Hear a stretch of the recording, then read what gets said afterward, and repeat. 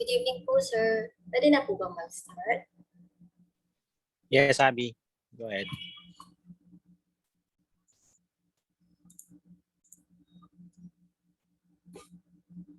So, good evening. So, last time we talked about the reasons why we order diagnostic exams, and then we also talked about the decision analysis line. So, I hope nabasa naman yung, kasi yun nga, medyo complicated siya pag una siyang narinig. So, nabasa naman yung pinadala ni Doc Tyrell na parang first part of the lecture. So, meron ba tayong questions on that? Yung decision analysis line? Before we proceed to the critical appraisal na. We need the decision analysis line since we will use this dun sa part ng applicability, no, dun sa patient.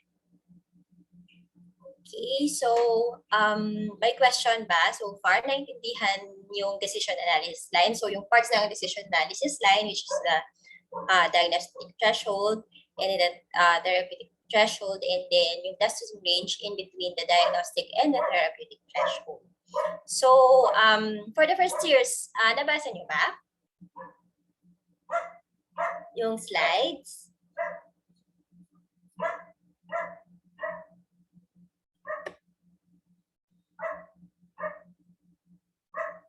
May tanong dun sa slides. Clarifications before we proceed.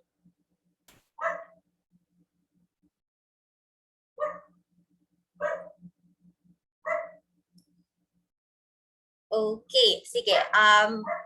Sinong duty pala sa first years?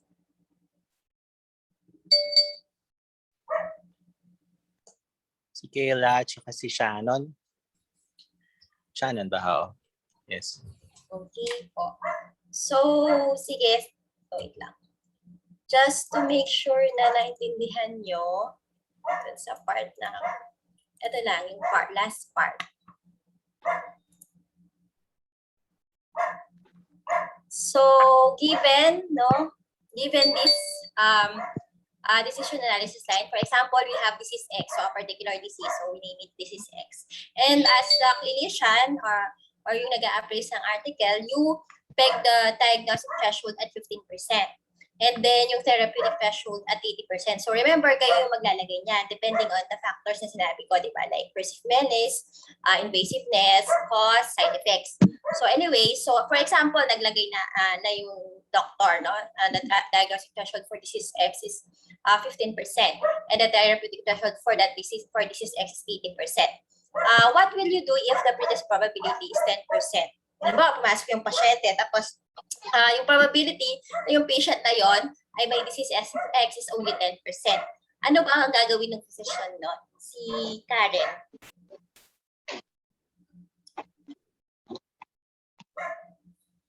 Karen?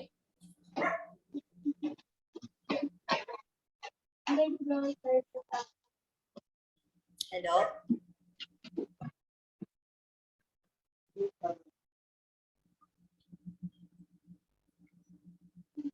Rinig po ba? Chubby po ba ako?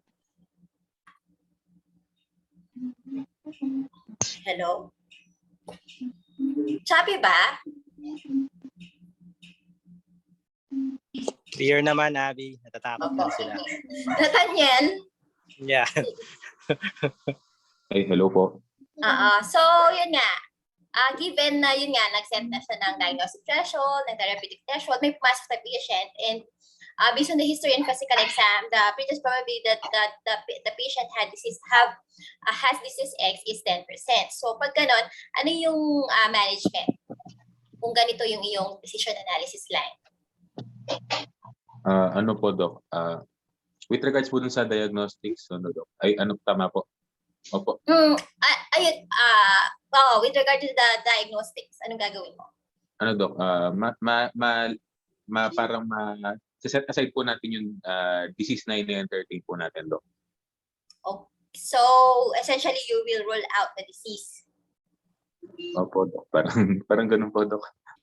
Actually, tama ka naman. So, be confident. So, actually, because the pretest probability is below the diagnostic threshold, essentially, you will not test anymore, no? Hindi ka na mag-order ng diagnostic test for that disease kasi essentially, i-rule out mo na siya for the patient. Okay, so tama ka naman, Nathaniel. And then, what about if another patient came in and the pretest probability that this patient has disease X is 85%. So, pag ganon, ano naman ang gagawin? Kung ang therapeutic threshold mo is at 80%. Si Cecilia. Doc, if 85% po, continue po. What do you mean continue? Continue with the management po. Anong management? Will you order the test? Will you not order the test? Will you treat the disease na? Ano? Ay, Doc, ano po, you will treat na po. Okay, so very good.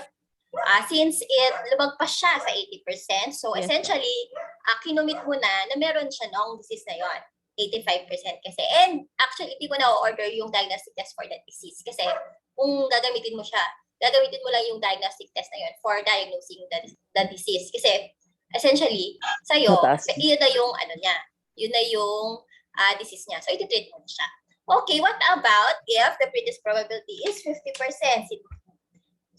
Dayan ba ang Yes, Doc, Dayan. Dayan. Doc, I think you would have to continue testing pa po, Doc. Okay, very good. So ito, nasa testing range siya. So remember, the testing range is between the diagnostic and therapeutic threshold. So ito yung part na talagang kailangan mo ng diagnostic test to rule in or rule out the disease.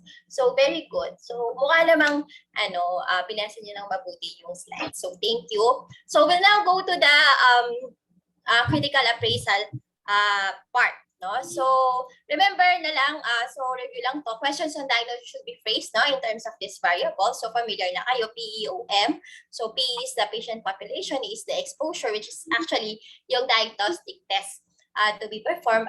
O is the outcome or the condition that the test is supposed to diagnose. And M, syempre, is the methodology. Kung anong klaseng research yung gagamitin. So, study design. So if you remember, ito yung syntax ng pag-phrase ng diagnostic test question. So, actually, so sabi ko nga, if you have other ways of, of expressing yung question, okay lang naman. As long as nandun yung P, E, O, and M. So,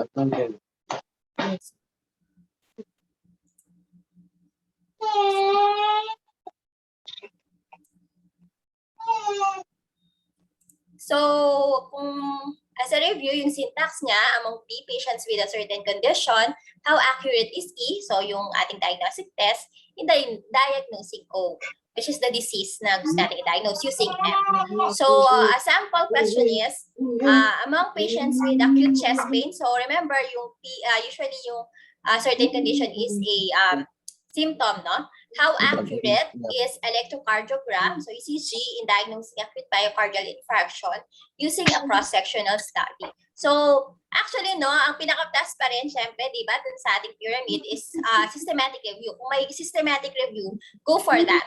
Kasi siya yung may pinakamataas na validity or quality, no? Pero kung walang systematic review or meta-analysis on that, then a cross-sectional study for questions on diagnostic tests will suffice. Okay? So, ito, familiar din kayo, di ba? Yung tulad nung pag-appraise sa RCT, ito rin naman yung mga questions. So, number 1, is it relevant? Is it valid? What are the results? Can the results help me in caring for my patients? And syempre, the last one is the resolution of the problem. So, for the first part, pare-pareho lang to, guys. So, dun sa is it relevant? So, titignan na lang natin, was the objective of the paper relevant to your clinical question? So, ganun din, di ba, dun sa RCT. So, you just compare the objective of study. You just compare actually, ayan, yung PEOM ng clinical question mo with the PEOM of the journal article.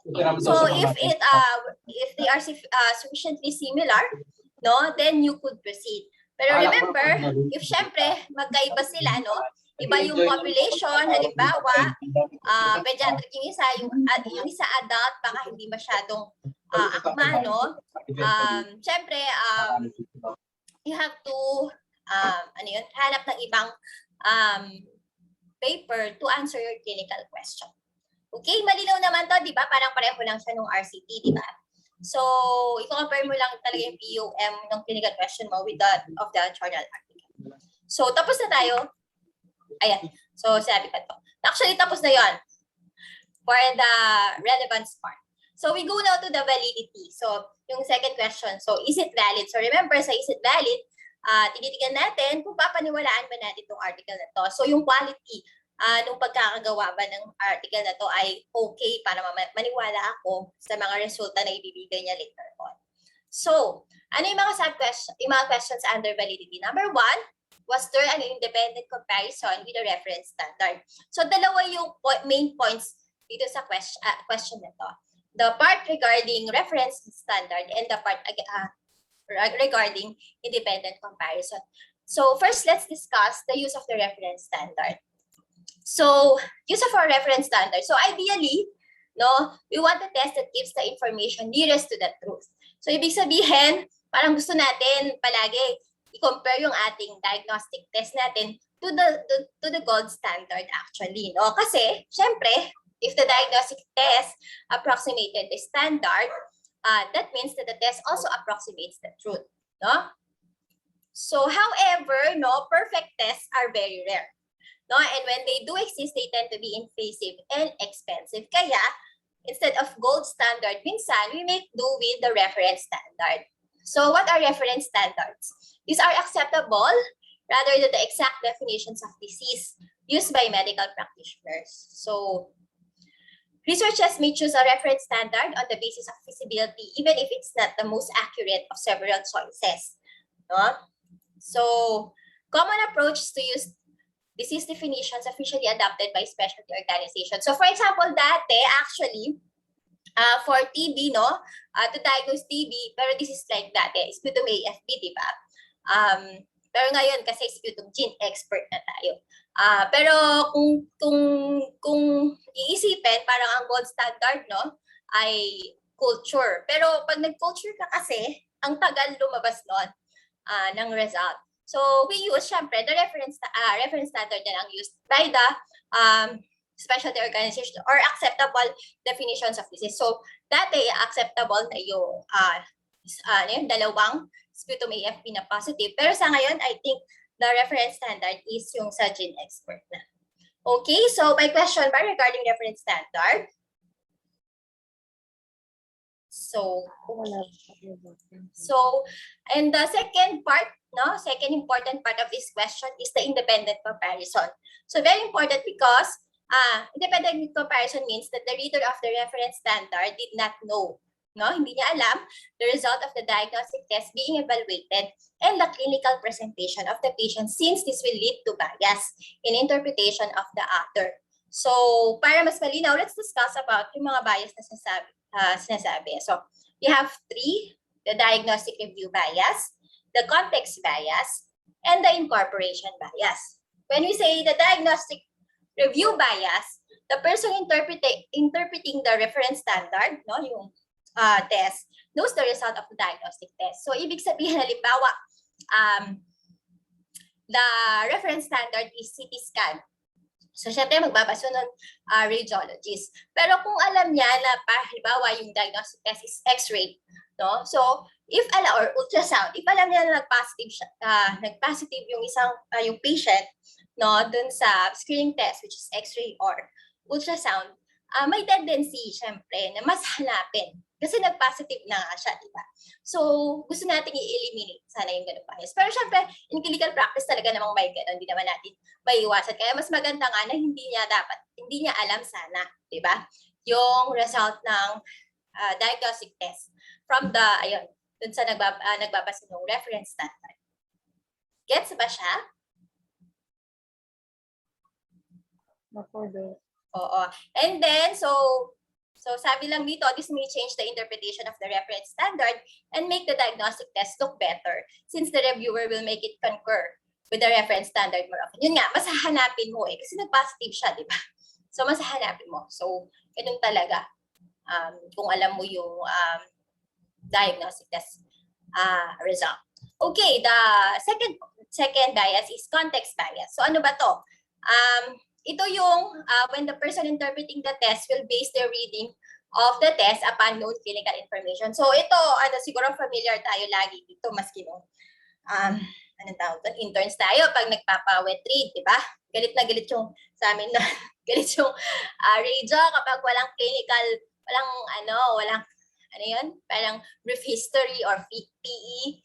Tapos magpapa-wet read ka, di ba? So, ayun. So, example nga ito, radiologists are more likely to read pneumonia on a chest x-ray if they are told that the patient has classical findings of pneumonia. So, syempre, talagang sa clinical practice, ginagawa naman natin ito, di ba? Pero sa mga research studies, yun nga, gusto natin sana na hindi rin nila alam para walang medyo bias talaga. So, kasi syempre, kung alam mong may classic symptoms na siya ng ganun disease, mas hanapin mo siya. So, syempre, may tendency maging accurate, tataas yung accuracy nung diagnostic test. Okay? Sige. And then the third one is incorporation bias. So, ito, hindi naman masyadong palagi nangyayari. Pero ito, ang ibig sabihin ng incorporation bias is occurs if the diagnostic test being studied is used as or is part of the reference standard. So, ito yung mga diseases na may criteria, na several criteria, may clinical criteria, may laboratory criteria to diagnose. Tapos yung tinetest mo na diagnostic test is kasama dun sa criteria. Yun yung incorporation bias. So, when this happens, we tend to observe a falsely high level of agreement between the two, the diagnostic and the reference standard, and will result in an overestimate of the accuracy of the index test. So, make sure that the definitions of the index test, yung tinitingnan natin diagnostic test, and the reference standard do not overlap. Okay? Sige. May question ba so far sa biases? No po. Doc, wala naman po. Okay. Sige. So, paano natin sasagutin tong question na to? Yes ko ba siya or no ko siya? So, let's look, syempre, you only have to look for the following. Yung test, the diagnostic test na tinitingnan nyo is compared with the reference standard. So, reference standard that is acceptable to your setting. So, yung reference standard na ginagamit usually in clinical practice. Okay? So, kung meron siya at ito talaga yung ginagamit ng clinical practice, kinumpare yung test with the reference standard na usually ginagamit sa clinical practice, then yes siya doon. Pero kailangan nyo pa rin tignan yung kung may independent comparison. So, ang titingnan natin, syempre, the reader of the reference standard was blinded to the result of the diagnostic test being evaluated. And usually, this will require a prospective study. No? Bakit nasabing dapat siguro pag masisigurado mo lang na may blinding or may independent comparison kung prospective yung study. Kasi, imagine niyo, no? If retrospective yung study, usually chart review yan. So, kukuha sila ng mga patients na in-orderan ng both ng diagnostic test na tinitignan natin, no? And the reference standard. Ngayon, dahil siya ay retrospective at chart review, will you know kung alam kung yung nagbasa ng reference standard hindi alam yung result ng screening test or the diagnostic test? Masisigurado ba natin? Si Dayan? Ay, si Kim. Si Kim? No, Doc. Di ba? So, pag ganun, kapag medyo chart review or retrospective, minsan kami ang sagot natin dito cannot be determined since this is a retrospective study, so we could not actually ensure blinding of the result.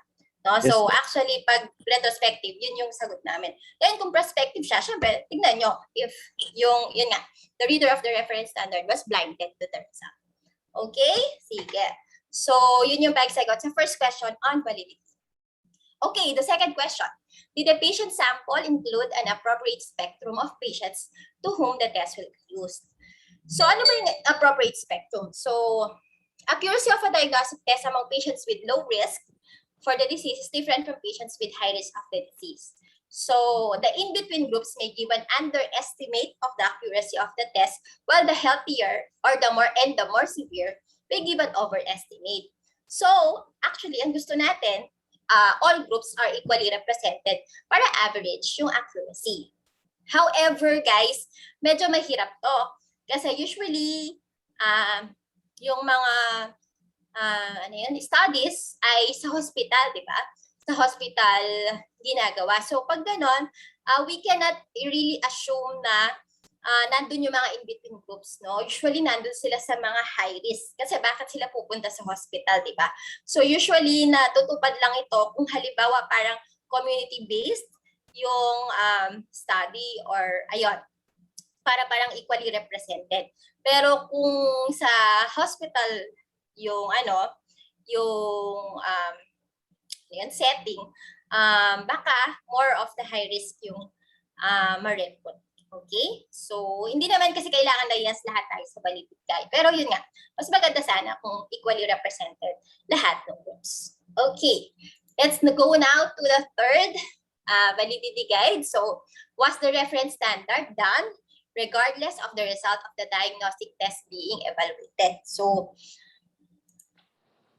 dito sa part na to, researchers should not recruit patients in whom both tests were done.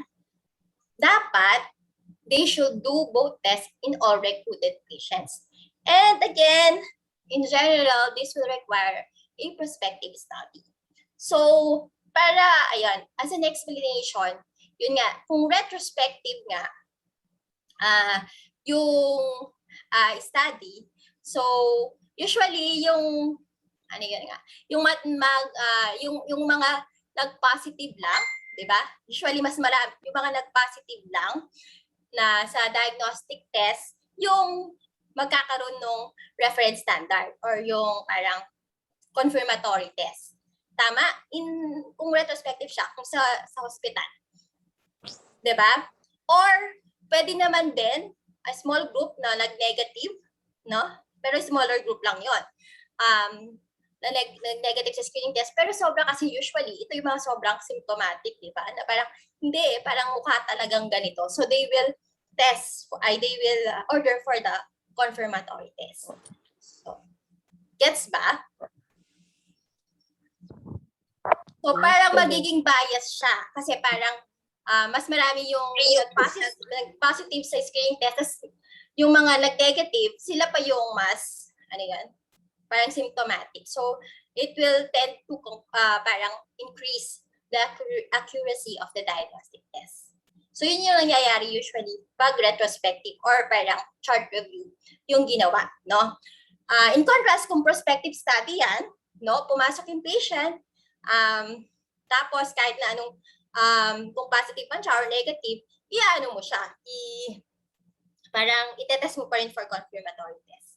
So, yun. Pag prospective kasi, masisigurado mo talaga na hindi lang yung mga nag-positive or hindi lang talaga yung mga sobrang symptomatic yung mag-undergo nung confirmatory or the reference standard. So, ito yung explanation ko. So, ayan. So, in clinical practice, the result of a test often becomes the indication for performing the reference standard. Kaya nga, most of the data available will be those positive for the diagnostic test and will likely be positive, syempre, in the reference standard. This will increase the accuracy of the test, leading to verification bias. So, yun yung nangyari pag retrospective. So, what to look for para sabihin nating yes dito? So, study must show that the reference standard was done regardless of the result of the diagnostic test and will usually require a prospective study. So, kung hindi siya prospective study, no, syempre, ang sagot natin is cannot be determined. Since this is a retrospective study, we could, parang, hindi natin masisigurado na the reference standard was done regardless of the result of the diagnostic test being evaluated. Okay? Malinaw ba yung pangatlo? So, dapat lang na prospective study siya. Pag hindi, cannot be determined yung if the reference standard was done regardless of the result of the diagnostic test being evaluated. May question so far, Karen?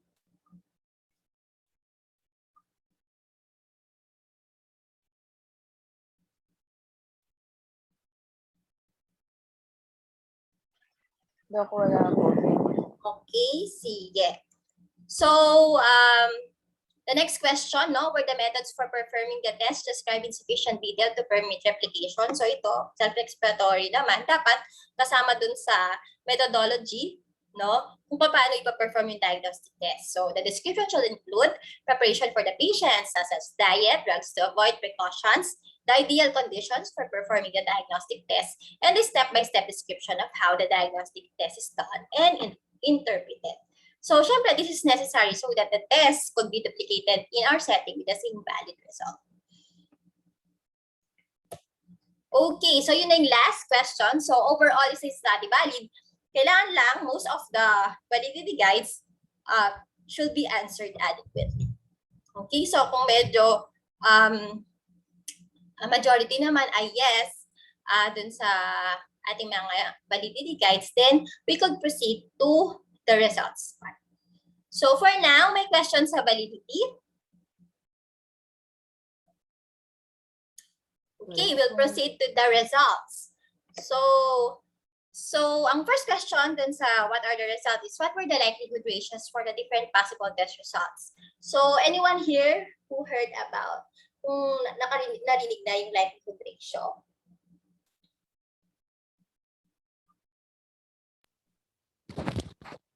Narinig po. Okay, sige. So, before we discuss the likelihood ratios, we first discuss the traditional way of, or the conventional method of comparing the results of a diagnostic test na study, no? So, usually, ganyan siya. So, kung gagamitin nyo to, yung table na to, please just make sure na hindi baliktad yung inyong pagkakagawa, no? Kasi pag baliktad, hindi din tama yung inyong mako-compute na values. So, remember, dito yung reference standard, no? And then dito, yung diagnostic test result. Okay? So, for this table, no? So, itong A, this is the proportion of patients, no? Number of patients na number of patients na nag-positive sa diagnostic test and talagang meron siyang disease na yun. So, this is the true positives, di ba? And then, letter B is the number of patients na nag-positive sa diagnostic test. However, wala naman talaga siyang disease. So, what we call this? False positive. False positives. And then, C is the number of patients who tested negative for the diagnostic test but actually have the disease. So, what they call this? False negative. False negative. And the last one, syempre, is the number of patients who tested negative for the diagnostic sa diagnostic test and truly wala naman talaga siyang disease. So this is True negative. the true negatives. So in other words, ito siya. Okay? So malinaw naman. So we'll now discuss the traditional way of measuring diagnostic accuracy. Pero these are for two, yung may dalawa lang na result, o positive, negative. No? So measures of diagnostic accuracy. So very familiar kayo dito, no? From med school. Sensitivity, no? Is the proportion of persons with disease. So ito tayo, no? Proportion of proportion of persons with disease who correctly have a positive test. So nasan yun? Ito, correctly have a positive test. So, ang sensitivity could be computed by using the formula true positive over total, true positive over false negative. Okay? Yun yung sensitivity. For specificity is the proportion of persons with no disease, so ito yung titingnan natin, who correctly have a negative test. Correctly have a negative test, so true negative. And syempre, makakompute siya through true negative over false positive, true negative plus false positive. Okay? So actually, highly sensitive tests, ang sabi nila, have very few false negatives. Paano yon? Kasi kung titingnan nyo, di ba, ito yung, ang computation niya is true positive over yung total, which is true positive plus false negative. So para maging highly sensitive ang test, mataas yung true positive mo, bababa yung false negative mo. Kaya nga sinabing, a highly sensitive test have very few false negatives. So essentially, ang ibig sabihin nito, virtually all negative tests must occur in non-disease people. So, highly sensitive tests are negative in health. And a sensitive test rules out. Kaya nga may mnemonic na snout. Diba? We want highly sensitive tests for screening. Screening tests. Especially for serious diseases that are easily treated.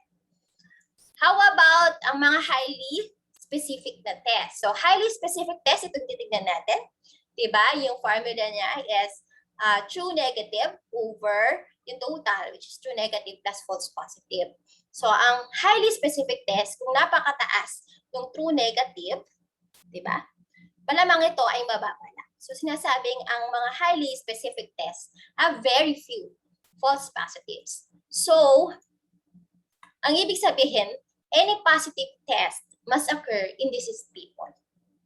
Kaya, highly specific tests are said to be positive in disease.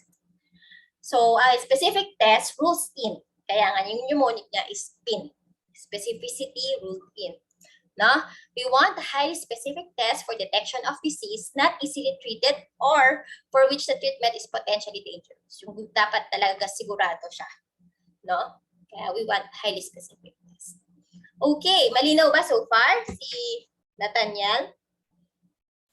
Sensitivity and specificity lang. Yes po, Doc. So these are the mnemonic, no? Sinabi ko na siya. So other measures of diagnostic accuracy is the positive predictive value. So these are the proportions person with a positive test. So ito yung tinitingnan natin itong part na to. With a positive test who correctly turned out to have the disease. So ito. So true positive over true positive plus false positive. And then the negative predictive value is the proportion of persons with a negative test, this one, no? Who correctly turn out to have no disease, so true negative. So that will be true negative over true negative plus false negative. Okay. So the main problem with sensitivity and specificities and the predictive values is that they only work in situations where the test being evaluated nga has two results, no? So, in truth, actually, tests with just two results, yung positive or negative, are unusual, no? They only seem to be common because researchers like to set cutoffs when tests have many results. So, example, home pregnancy tests, di ba? Yung may level ng HCG na magpa-positive siya, may level, na magpa-positive siya. So, may cutoff. No? Pero kung isipin, hindi siya actually positive or yung result niya is levels ng HCG. Nag-set lang ng cutoff. Kaya parang dalawa lang yung result. Positive or negative. So sometimes actually, researchers ignore the meaning of intermediate results. So to evaluate, kung kasing mag-evaluate tayo ng test with multi-level results, hindi lang positive or negative, hindi enough ang 2x2 table. So dapat 2 by n. Yung n is the number of the results that the test may have. So kung tatlo yan, ayan, ganyan yung itsura niya. Complicated siya. So, dito pumapasok yung likelihood ratios. So, in tests with more than two results, we simply use the likelihood ratio as a measure of accuracy. So, actually, kung naman hindi binigay ang likelihood ratio at ang kinompute ay ang binigay ng paper is sensitivity and specificity, we could still compute for likelihood ratio. Using this formula. So likelihood ratio for a positive test, no, is sensitivity over 1 minus specificity. And the likelihood ratio for a negative test is 1 minus sensitivity over specificity. Dalawa yung result kasi, di ba? Sa mga sensitivity and specificity na diagnostic test, usually dalawa ang result, positive or negative. Kaya likelihood ratio for a positive test, likelihood ratio for a negative test. Okay, so ano ba yung likelihood ratio? No? Indicates by how much a given test result increases or decreases the pretest probability of the disease. So, likelihood ratio of 1, post-test probability is similar to the pretest probability. Wala siyang kinontribute, no? So, ayaw natin yan, likelihood ratio of 1. So, a likelihood ratio of greater than 1 increase, syempre, the chance of the disease. Usually, yung mga likelihood ratio for a positive result, greater than 1 yung mga yan. The likelihood ratio of greater than 1, the greater the likelihood ratio, the greater is the increase. So, pataas ng pataas, syempre, mas mataas yung increasing chance na meron siya ng disease na yun. Likelihood ratio of less than 1 naman, decrease the chance that the disease is present. So, usually, yung likelihood ratios for a negative test, no, is less than 1. No? So, the lesser the likelihood ratio, the greater is the decrease in the chance. So, example, likelihood ratio for a positive result na 2 increases the likelihood of the disease twofold, and the likelihood ratio for a negative test na 0.5 decreases it twofold or halves the likelihood of the disease. So, in general, a useful test should have an LR that is far from 1. No? Mas gusto natin yan. Far from 1 as possible. So usually, LRs are usually reported on journal articles regarding diagnostic tests, eliminating the need for computing it. So, ayun nga, kasi complicated yung pag-compute nito. So usually, may software naman for that or program, no, to compute for LR. So, hindi ko na i-discuss yung computing it, no? So, usually kasi naman nga reported siya. Or yun nga, kung may sensitivity and specificity yung binigay, you could compute for the LRs using the formula na pinost ko kanina. Dun sa formulas na yon, minsan guys pala, yon, lumilitaw siya sa exam. So, i-memorize nyo lang yun, yung how to compute the likelihood ratios using sensitivity and specificity. Okay, so strength ng test, kung gaano kaganda yung test by likelihood ratio. So, likelihood ratios of greater than 10 or the likelihood ratios for a positive test na greater than 10 or likelihood ratio for a negative test na less than 0.1 generate large and often conclusive changes from the pre-test to post-test probability. Pag ginamit ko to, nag-positive siya, malamang meron siya talagang disease. Kung greater than 10, diba? Or kung nag-negative siya, at yung likelihood ratio niya is 0.1. Talagang parang magko-cross siya nung diagnostic threshold mo or yung therapeutic threshold mo. Kaya ito yung mga gusto nating mga diagnostic test. Kasi kapag ginamit natin sila, talagang makakatulong siya sa pag-rule in, sa pag-rule out the disease. Likelihood ratios naman, likelihood ratio for a positive test na 5 to 10 and likelihood ratio for a negative test na 0.1 to 0.2 generate moderate shifts. So, pwede na din, no? However, likelihood ratios of 2 to 5 or 0.5 to 0.2 for the negative test generate small na lang. But sometimes important changes, no? Pero yung mga likelihood ratios of 1 to 2, napakalapit na sa 1 and 0.5 to 1, alter the probability to a small and rarely important degree. So medyo ayaw natin, di ba? Ayaw natin na malapit siya sa 1 kasi halos wala namang pinagbago siya from the pre-test to the post-test probability. Okay, may question ba so far sa likelihood ratios? No po. Sige, so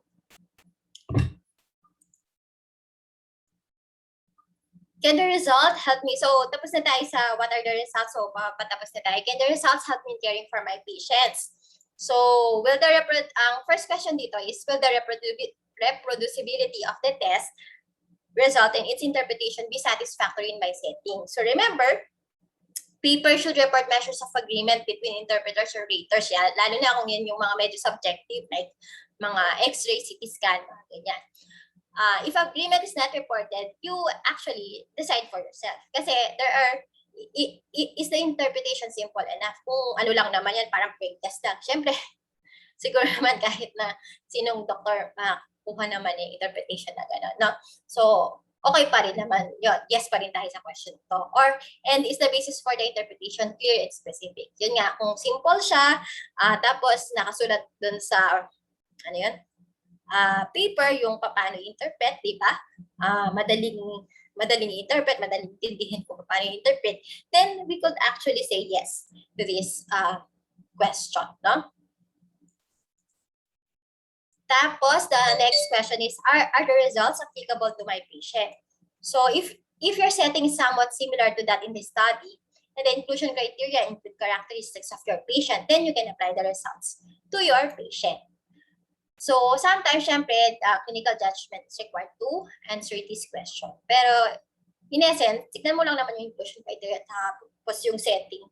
Kung magagawa ba sa setting natin yung diagnostic test niya, then you could say yes to this question. No? So, what to look for para sa question na to? Biologic issues and socioeconomic issues. Sa biologic issues, di ba, scrap, sex, comorbidities, race, age, and pathology. So, for sex, minsan, di ba, may difference. Like for the creatinine clearance, na computation, may adjustment for sex. Ito yung sa Cockcroft, no? Comorbidities, so syempre, kung may malnutrition pala yung patient mo, no? Or may iba siyang comorbidity that could affect the interpretation of the test, medyo baka hindi siya applicable. Like, example to, malnutrition can decrease sensitivity of antibiotic skin test. And actually, hemoglobin A1C, di ba? Like, nakaka-apekto kung mababa yung hemoglobin ng patient mo. So, you have to, kung may anemia pala yung patient mo, baka hindi siya applicable. Hindi applicable yung HbA1c sa kanya. Race, example, African-American ancestry increases the likelihood of high-grade prostate cancer in patients with high levels of prostate-specific, yung PSA, no? So, age, syempre, example, yung sputum AFB stain performs well in adults, but gastric aspirates will maximize accuracy in infants. So, yun nga yung sasabi ko sa simula pa nga lang actually. Kung may problema na sa age, baka dun pa lang, hindi ka na napatuloy dun sa, dun sa, and then pathology.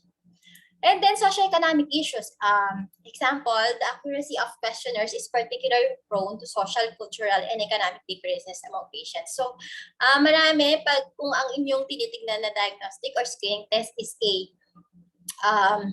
questionnaire, usually, ang hinahanap natin is kung na-validate siya sa country natin. Kasi iba-iba kasi sa culture. Like, yung may mga, yung mga test like MMSE, for the mga minority group or yung mga, anong tawag doon, medyo traditional na groups, no? Hindi siya applicable for them, no? So, when you are placing an article on, yun nga, mga questionnaires, ganyan, make sure na na-validate siya, no? Sa local set.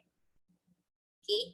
So, yun nga, kasi pwedeng, like yun, doon sa mga minority groups natin, mababa sila sa MMC. Kasi hindi sila nag-formal educations, pero hindi naman ibig sabihin na, may problema sila, di ba? Like, may dementia na sila because mababa. It's just that, hindi akma yung questionnaire to their culture. No? Ayun. So, remember to look at the biological and socioeconomic issues. And then, pero dun sa mga, anong tawag doon, questionnaires, kung laboratory test naman yung tinitingnan mo, when the laboratory has limited resources, which is usually sa Pilipinas, marami ganyan, it may not match the standards of performance defined in the study. No? Kasi syempre, there is a need to ensure that these standards are approximated by the local laboratory. Syempre, yung mga yon, mga certified pa yung mga yan, tapos yung mga gamit talaga nila, regularly, maintain, may regular check, regular calibration. Kung ganun ba, napaperform kaya siya? Kung ganun yung dapat na ginagawa, no? According to the journal, titingnan mo kung nagagawa kaya yan dito sa Pilipinas. Like for HbA1c, I think may standards yun. So actually may question pa sa paggamit ng HbA1c from other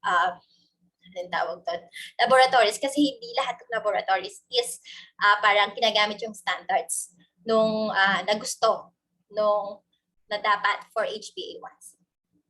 Okay? Sige, may question ba so far at this point? Nalinaw ba tong part na to? Si Cecilia. Yes po, Doc. Sure po. Okay. So, will the results change my management? So, okay, ito na tayo dun sa, babalik na tayo sa ating patient at babalik tayo dun sa ating decision analysis line. No, so the usefulness of a diagnostic test result is whether it will help the clinician manage his or her patient. So, if the diagnostic test will lead the doctor to decide to give the treatment or not, then the test is useful and may be requested for diagnostic purposes. No? However, if after applying the LR values to determine the post-test probabilities and this did not help in the decision, ibig sabihin, nandun pa rin kayo sa testing range, di ba? Then you don't have to perform the test. You better actually perform another test that will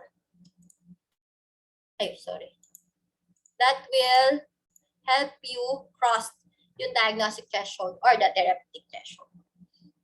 Okay? So, how do we get the pretest probability para masabi natin na nag-cross pa siya sa diagnostic threshold or nag-cross pa siya sa therapeutic threshold? So, actually, you could compute for it, no? Pero complicated siya. You could probably just browse through this, no? Hindi siya usually ginagawa, no? Kasi may another way of getting the post-test probability, no? We could get the post-test probability using the nomogram. Ito siya, guys. It's downloadable, no? So, pwede kayong mag-print or, ayun, download lang using the nomogram. So, all you have to do is, ito yung pretest probability. Sorry, medyo maliit siya. Pero kita ba? Itong sa left side is the pretest probability. Ito yung likelihood ratio sa gitna, and this is the post-test probability. So, para makuha mo yung post-test probability, you just have to connect. No? So, halimbawa, yung pretest probability is nasa 60%. And then you connect what is the likelihood ratio for a positive test and what is the likelihood ratio for a negative test. And then, ituloy-tuloy nyo lang siyang ganyan. Makukuha nyo na yung approximate na post-test probability. So, let's have a example. So, please, kung mayroon kayong, malapit na tayo guys, matapos. Tawag doon, paper. Mas maganda sana kung may paper kayo. So, si Dayan, could you read this? Doc, sorry, hindi po nagre-reflect sa screen ko. Ay, sorry. Yung last slide ko is what were the likelihood ratios for the different possibility test results, Doc. Baka internet connection. Okay. Doc, double check ko Nandiyan ako. Si Kim. Kim ba? Nakikita ba? Baka pala mali yung. Nakikita ba? Doc, Mr. X, a 12-year-old male presenting with a one-day history of right lower pain associated with fever. The physical examination shows direct tenderness on the right lower quadrant. However, negative for psoas and obturator sign. Okay. Sige. So, ayun. So, yun yung ating halimbawang clinical scenario. And then, given lang na halimbawa ang ating diagnostic threshold na nilagay for acute appendicitis is 15%. And therapeutic threshold na nilagay natin for acute appendicitis is 90%. Ito, given na itong mga to sa inyo. No? Pero in practice, kayo yung maglalagay actually ng diagnostic threshold tsaka therapeutic threshold. So, remember na diagnostic threshold 15%, therapeutic threshold 90%. And then, given then na halimbawa yung greatest probability mo na si Mr. X ay may acute appendicitis is 80%. Yun yung nilagay mo halimbawa ang greatest probability. So, and the hypothetical study na nakita mo, ultrasound kasi yung gusto mong gawin eh. So, hypothetical study shows that ultrasound has an LR, a likelihood ratio for a positive test na 3, and a likelihood ratio for a negative test na 0.5. So, gusto mong makita kung useful ba na ipa-ultrasound siya. So, mag-change ba yung management ko pag in-order ko yung ultrasound for this patient, no? So, to check this, we compute for the post-test probability. So, actually, ito yung long na Yikes. pag-compute. Hello? So, ito lang siya. So, kinompute ko na lang siya. So, 80, yung pre-test probability natin, over 100 minus 80, and this will be 4. And then you get the post-test odds. So, dalawang post-test adds for a positive result and a post-test adds for a negative result. The post-test adds for a positive result is 3, even siya, di ba? So, ang gagawin mo lang, 4 times 3, 13. And then post-test adds for a negative result, no, is 4 times 0.05 is equal to 2. And then you convert these post-test odds to post-test probabilities using this formula. And yung makikuha mo actually for post-test probability for a positive result, halimbawa nag-positive siya sa ultrasound, yung pre-test probability na 80%, magiging 92.9% na siya. However, if yung result ng yung ultrasound is negative, from 80%, bababa lang yung post-test probability niya na meron siya nung acute appendicitis to 67%.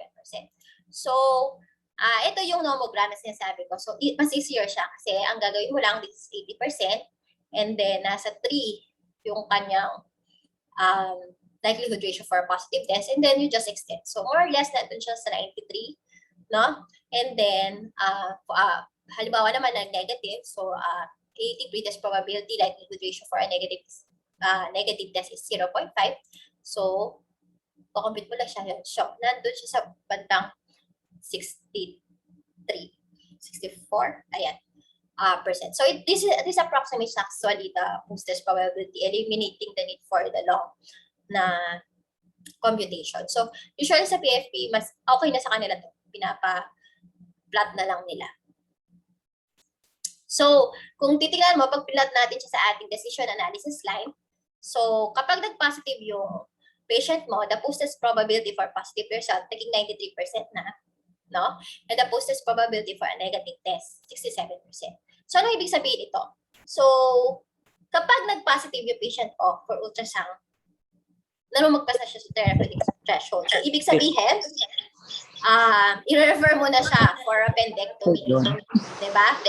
And then, pero however, kapag negative yung result, no? Hindi siya lumagpas actually sa diagnostic threshold mo. So, you need more tests, no, para ma-eliminate yung disease. Or ma-rule in or ma-rule out, actually, yung disease. Okay, pero so essentially, useful pa rin naman yung ultrasound, no, for a positive test. Pero pag negative test, ayun nga, i-explain mo kailangan dun sa patient na pag negative po ito, hindi naman ibig sabihin na wala na po talagang acute appendicitis. Kailangan pa po natin ng ibang test, no, para masigurado kung meron or wala nung sakit na to. Okay? Sige. So, decision based on, i-explain ko na to. Decision based on post-test probability, yun nga, you either, may tatlo lang naman yan, stop testing and get on with the treatment, stop testing and reassure the patient that the disease probability is low, and do more tests to find another patient. So, kailan ginagawa ulit to? Kailan nag-stop testing and get on with the treatment of the disease? Si Kim. Dok, magpo-proceed na po kayo sa test pagka po yung post-test probability is more than the probability ng management. Mag-stop ka ng testing kapag at pag-treat ka na kapag more than po siya dun sa management probability. Kapag more than siya sa therapeutic threshold. Sorry, therapeutic pala. Okay. Sige. Si Karen, when do you do this stop testing and reassure the patient that the disease probability is low? Pag mababa po siya sa diagnostic. Okay. When post-test probability is below. And then you do more tests or find another test when the post-test probability is within the testing range. So, yun. So, kung yung test nyo, napalagpas naman niya sa either diagnostic or therapeutic threshold or both, okay pa rin naman yung test na yun. So, you could order that test. But however, if yung test nyo is kahit nag-positive siya, kahit nag-negative siya, nandun ka pa rin sa testing range, baka mas magandang humanap ng ibang diagnostic test na may mas mataas na likelihood ratios or mas likelihood ratios na mas malayo sa 1, no? Para mas ma-rule in mo or ma-rule out yung disease. Okay, may tanong ba so far?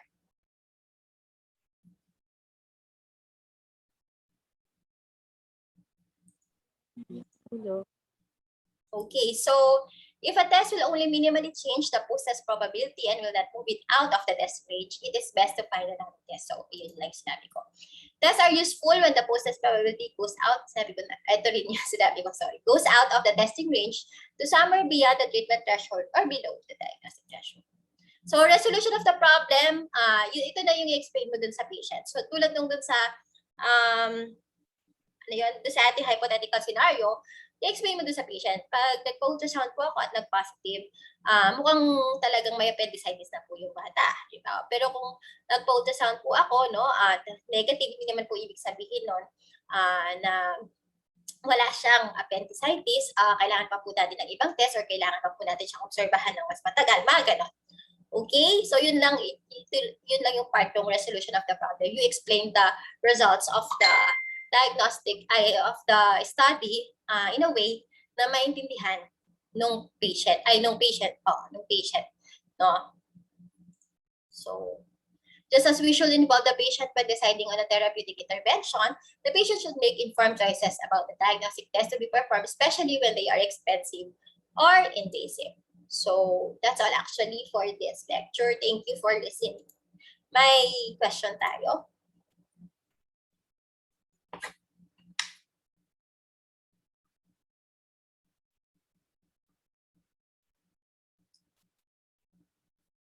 Ayan. Wala naman yata ang question. May question po ba? Tanong na kayo. I'll forward the copy yung lecture na lang kay Dr. Taiden para maaral nyo din siya. Thank you, Abby. Thank you po. Para bali, ito na ba yung end ng lecture mo for diagnostics? Ito na yan. Yes po. Last na po. After this, anong activity ang Actually, sir, usually pag ganito kasi, EBM reports na, sir. okay. Tapos Sige. guys, actually, this is yung na-lecture ko is dalawang type lang ng studies. Dun sa mismong self-instructional manual ni Dr. Espaliardo, marami yun. Clinical practice guidelines, systematic reviews, how to appraise. So, pero dahil na na-discuss na sa inyo yung basics, yung diagnostic test, saka appraisal of an RCT, maintindihan nyo na actually yung flow nung discussion. So, self-instructional naman siya. So, kung halimbawa gusto nyo mag-appraise ng, for therapy kasi it's either clinical practice guidelines, systematic review, or yun nga, RCT, pwede kayong mag-appraise using, systematic review na kita nyo, using the, questions to the self-instructional manual on appraisal of meta-analysis and systematic reviews ni Dr. Espaliardo. So, sana i-browse, basahin nyo lang na kahit mabilis lang. No? Especially the systematic reviews. So, kasi mas marami na ngayon yung systematic reviews na part. So, if you have questions actually regarding that, pwede namang pag-usapan or another lecture kung kailangan. Pero yun nga, it's a self-instructional manual, so baka kaya naman na kahit kayo lang. Ayun. Doc Abby? Doc, may tanong po ako.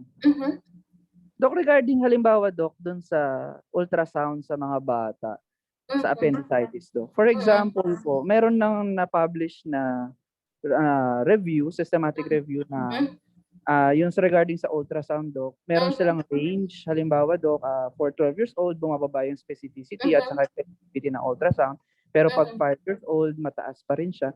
Is it, Doc, is it prudent pa rin to compute for the post-test and pre-test probability? Or pwedeng kahit basahin ko yung article na well-established, mag-shy away na ako sa ultrasound, proceed na sa CT scan, ganun, Doc? Yun nga, yung doon sa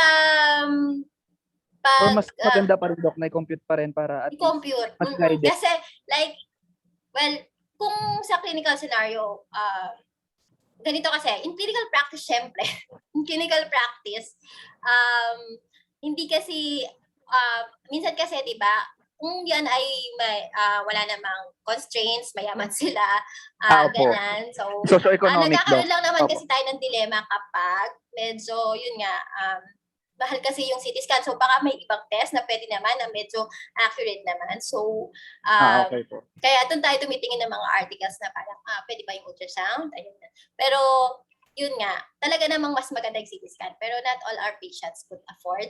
Ayun. Opo. So, minsan, nagkakaroon tayong dilemma, kung ultrasound na lang muna kaya, makakatulong kaya to, di ba? To diagnose or rule in or to rule out the disease. So, and then kung yun nga, if you read that na, yun nga, mas bumababa yung kanyang accuracy, no? Syempre, iaakma mo yung LRs niya dun sa age range ng patient mo. Kung ano yung reported for this age range and what is reported for, ayun. Dun sa, babalikan mo actually yung patient mo talaga. Ayun. Okay. Thank you, Doc. Thank you. Any other question?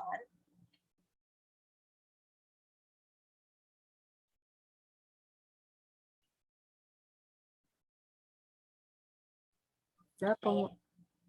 Okay. Sir, I think okay na po yata sila. So, I'll just give the copy po sa inyo, sir. Okay, thank you, Abby.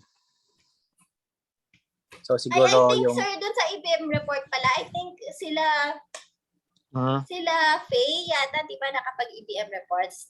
Baka yeah, bago mas sila maganda natapos, siguro. Opo, baka pwedeng may sample para when they do their EBM report. Okay. I'm not sure kasi kung naka-upload dun sa drive nyo, sir. Yung dati nilang reports. Hindi. Titignan ko. If ever, Opo. I can ask Faye naman kung meron pa siyang Opo. kopya no, ano niya. Opo. I think maganda yung kay Faye. Naalala ko pa siya. Opo. Thank you, Abby. Opo. So, actually, expect mo na yung mga unang magre-report ng EBM niyan, yung mga seniors natin na I believe hindi pa sila nakapag-EBM. Parang hindi ko pa narinig sila first. Tsaka sila, Brian, parang hindi ko pa yata. Alam ko sila kahit narinig, sila rin, parang wala pa. Hindi ko pa yata mo narinig. So, lahat kailangan dumaan muna sa pagre-report. Thank you, Abby. Announcement lang yung sa contracts natin. Apparently, nakausap ni Dr. Mendoza si Ma'am Fatima kanina. The deadline talaga is for tomorrow na. Apparently, hindi yung taga City Hall daw ang nagpapapirma eh. So, I don't know kung anong meron, bakit kanina lang nila nilabas tapos bukas na yung deadline. So please make sure to drop by tomorrow. Pakisabi sa mga iba pang COS nating kasamahan.